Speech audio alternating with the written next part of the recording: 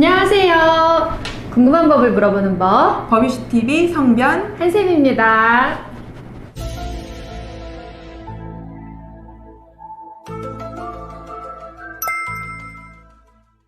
다음 질문은 요새 사실 뭐 매일같이 신문에 나오고 있는 내용 중에 하나인 것 같아요. 요새 부동산 이런 정책 때문에 집값이나 뭐 전셋값이 폭등하고 있다. 갑자기 몇배가 올랐다. 이런 기사가 많잖아요. 그래서 사실 이 사연을 주신 분은 한참 옛날에 전세 계약을 했던 분인데 요새랑도 조금 시일성이 있을 것 같아서 같이 질문을 해볼게요. 사연자분께서는 전세 계약을 2억 7천으로 해가지고 2020년까지 살았대요. 12년부터 한 8년간 살면서 집주인이 A에서 B로 바뀌었다고 중간에, 합니다. 네.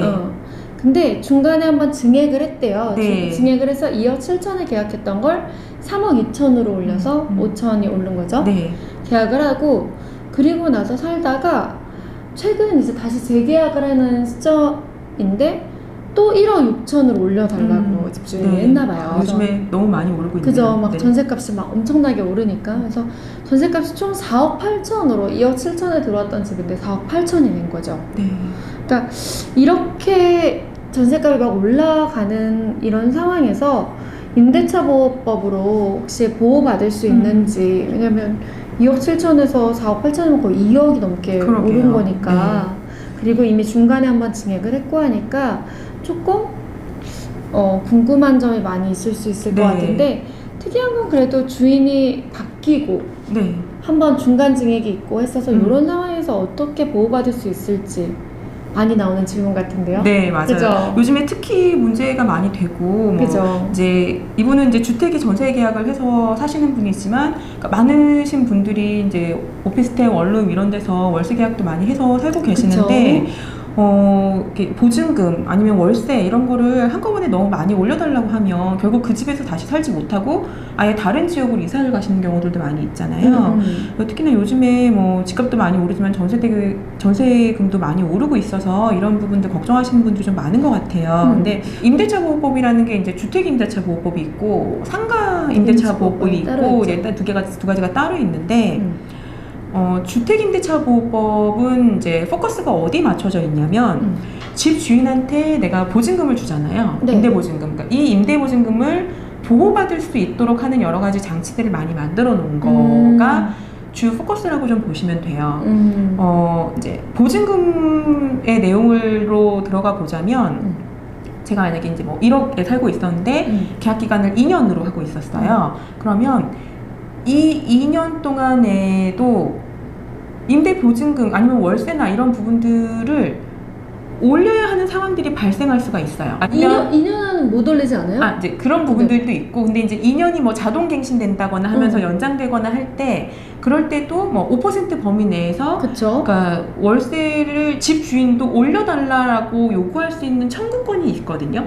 그러니까 그 이유는 뭐냐면, 예를 들면 뭐 일대 뭐 시세 변동이 너무 크거나 뭐 물가 상승률이 너무 크거나 해가지고 뭐 임대인도 그 돈을 받아가지고는 도저히 유지가 안 되는 경우에는 그 임차인이 동의하지 않더라도 올릴 수가 있는 근거들이 있어요. 네, 5% 범위 내에서는. 그쵸. 네, 근데 자 이런 식으로 많이 올리는 경우, 그러니까 한꺼번에 이게 뭐 한 20% 30%씩도 올려지는 거잖아요. 그쵸. 그러면은 그 5%의 인상 한계가 있기 때문에 이렇게 많이 올리면 안 되는 거 아니냐라고 물어보시는 분들이 계세요. 저 지금 그 생각했거든요. 딱 그 부분이잖아요. 5%밖에 못 네, 올리는 근데 걸로 알고 있고 2년에는 못 올리는 걸로 알고 있어서. 갱신할 때는 얼마든지 올릴 수 있어요. 그죠. 갱신할 때. 계약이 갱신될 때. 거기다가 근데 계약이 네. 갱신될 때도 5%까지만 올릴 수 있는 아니에요. 거는 그게 아니에요. 그렇기 때문에 이렇게 올리는 게 문제가 없는 거예요. 가능한 거구나. 가능한 거예요. 거기다가 주인이 바뀌어버리면 더 가능해요. 그쵸. 그냥 계약을 끊는다고 한 다음에 네, 그러니까 새 계약을 체결하는 거기 때문에 얼마든지 가능한 사안이어가지고 최근에 임대차보호법 개정안이 국회에서 논의되고 있는 것 중에 하나가 갱신을 할 때도 한도 이상 올리지 못하도록 하는 법률을 도입을 하자고 논의가 되고 있는 부분이에요. 요즘에 전세대금이 또 너무 많이씩 오르다 보니. 근데 너무 애매한 게 집값도 그만큼 많이 오르고 있는데 그 상황에서 전세대금만 고정되어 있는 것도 문제가 될 수도 있을 것 같아요. 그 전세라는 제도 자체가 한국에만 굉장히 특이한 제도라는 건 알고 네, 계시죠? 알고 그 있어요. 이유가 뭐냐면 금리가 높은 시절에 네. 그리고 집값이 많이씩 오르던 시절에는 전세대금을 받아서 임대차 보증금을 받아서 은행에다가 맡기면 거기에서 월세를 상응하는 이자가 많이씩 들어왔었기 때문에 이 전세가 유지가 되었던 부분이거든요. 근데 현재 같은 경우는 금리가 매우 낮아요. 그렇죠. 은행 금리가 매우 낮다 보니까 이 보증금을 받아가지고는 사실상 뭐 월세를 놓는 게 훨씬 낮게 맞지. 되는 그런 부분들이 있어서 지금은 이제 뭐 반전세, 뭐 월세 이런 쪽으로 많이 변화가 그쵸. 되고도 있고 전세 구하는 게 힘들어요. 네, 그리고 또 한 그래서. 가지 좀 이렇게 집이라는 거에 대한 이제 한국 사람들의 특이한 문화도 좀 작용을 하는 그쵸. 것 같고요. 집은 갖고 있어야 네, 된다. 갖고 있어야 되고 뭐 이제 집 한 채는 있어야지. 맞아요. 월세를 이런 주고 식으로. 한다는 거에 대해서 어. 이제 비용이 많이 나가니까 월 그쵸. 비용이 많이 나가니까 그런 부분에 대한 부담도 있기 때문에 이제 뭐 담보대출을 받아서라도 전세금을 주고 그거보다 담보대출금이 낮으니까 뭐 대출 이자를 갚고 뭐 이제 이런 식으로 진행하시는 분들이 있어요. 근데 그렇죠. 영끌 대출이라고 하더라고요. 그렇죠. 영혼을 영혼까지 끌어모아서 끌어모아서 네. 대출을 받고 마통을 뚫어서 집을 산다. 그러니까요.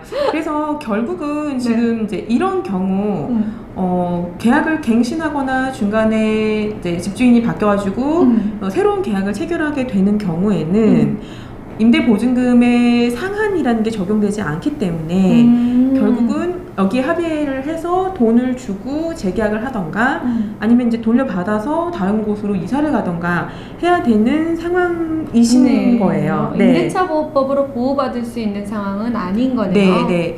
이제 그러니까. 근데 이 사연을 주신 분은 이제 여기에 적어 있는 거와는 또 이제 별개의 그 사연들이 조금 더 있어가지고 저희가 상담을 해드렸었는데요. 아, 그래요? 네, 그러니까 이게 어떤 부분들이 있냐면 예를 들어서 10억짜리 집에 5억이 대출이 있으면 전세 보증금을 5억 이상 받지 않아요. 자, 그 이유는 보면 그 아까도 임대차 보호법이라는 게 기본적으로 추구하는 바가 안정적으로 살 수 있는 것도 보장을 해주기 위해서 묵시적 갱신이라는 게 있잖아요. 뭐 2년이 됐을 때 몇 개월 내에 재계약의 얘기를 서로 해지하겠다는 얘기를 안 하면 자동으로 연장되고 뭐 동일한 조건으로 연장되고 그런 내용들이 있는 것과 함께 내가 보증금으로 집주인한테 준 돈을 내가 제일 먼저 반환받을 수 있는 그쵸. 그런 권리가 있잖아요. 그쵸, 그러니까 그쵸. 뭐 우선 변제권, 뭐 최우선 보증금, 네, 막 그런 것들이 이런 게 있는데 예를 들면 그래서 우리가 뭐 그 전입신고하고 확정일자 받고 막 이런 거 확정일자 받아야 되고, 그쵸. 주거 확정과 확정일자 맞아요. 받아야. 네, 그래서 여러분들 모두 확정일자 받으셔야 되는데. 아, 부동산 공부를 하다가 네. 너무 때려친 지 오래돼가지고. 네, 그래서 기본적인 얘기를 제가 네. 한번 해드리고 싶은 거예요. 네. 자, 월세가 됐든 전세가 됐든 네. 이제 그 전입신고를 하고 하실 때는 그 집에 담보대출이 있는지를 보셔야 되거든요. 꼭 확인해야죠. 권리 분석을 하셔야 됩니다. 등기부에 나와 있는 걸 보셔야 되는데 예를 들면 자 1순위 근저당권, 뭐 담보대출 이런 게 아무것도 없어요. 그러면 내가 들어가면 내가 1순위가 되잖아요. 그러면은 내가 임대차 보증금을 집주인한테 주고 임대차 보증금이 얼마라는 임대차 계약서에 써 있으니까 거기에 확정일자를 받고 전입신고를 하면 만약에 이 집이 경매가 돼서 다른 채권자들이 이 집을 가져가게 되는 경우에도 신고가 되어 있는 확정일자가 받아져 있는 내 임대차 보증금을 제일 우선해서 받을 수가 있는 거예요. 다만 문제는 네. 요새 최우선 순위는 은행에 갖고 있는 거 아니에요? 그러니까 은행이 갖고 있다는 게 왜 그러냐면 은행의 담보대출이 갖고 있으니까 은행이 1순위라는 거예요. 은행한테 돈을 빌려가지고 구매하게 되는 그러니까 그렇기 그런 때문에 거죠. 그래서 등기부에 보면 은행의 담보대출이 받아져 있는지 나보다 앞순위에 있는지를 먼저 확인을 하시라는 거고요. 그쵸. 그게 없을 때는 내가 1순위가 되지만 자 1번 등기부에 보면 1번 어느 은행에 담보대출 얼마 근저당권이 설정이 되어 있으면 나는 그 다음 순위가 돼요. 근데 그 다음 순위가 된다고 할 때 자 아까도 말씀드렸지만 10억짜리 집이에요. 근데 5억이 근저당권이 설정이 되어 있는데 내가 만약에 7억을 주고 전세를 들어가면 이 집이 10억에 팔리더라도 은행이 먼저 5억을 가져가니까 나는 7억을 다 못 돌려받고 5억밖에 못 받는 거죠. 그러면 2억을 못 받는 거잖아요. 그렇기 때문에 통상 전세 계약을 하는 경우에는 선순위 담보권을 제외한 나머지 금액 범위 내에서만 전세금을 줘요. 보증금을 주게. 네. 그러니까 저기 있는 10억짜리 아파트에 분명히 다른 옆동이랑은 다 전세를 7억씩 주고 살고 있는데 음. 이 집은 집주인이 5억을 대출을 미리 받아서 담보대출을 설정을 해놨기 때문에 지금 임차인한테 들어오는 사람한테는 5억 이상 전세를 못 받는 거예요. 그쵸. 이 상황에서는. 자, 그런데 이 집주인이 대출금을 조금 갚고 전세금을 올려받고 싶어요. 그런 경우에는 자, 세입자랑 그 임차인이랑 이런 식으로 계약을 해요. 예를 들면 지금 네가 5억에 있는데 2억을 올려줘. 그러면 나는 2억을 나중에 못 받을 수도 있는데 그 경우에는 그럼 네가 2억을 주면 내가 그 돈으로 이걸 갚을 선순위에 때. 있는 걸 먼저 갚고 말소를 시킬게. 그렇게 해서 너를 1순위로 만들어줄게.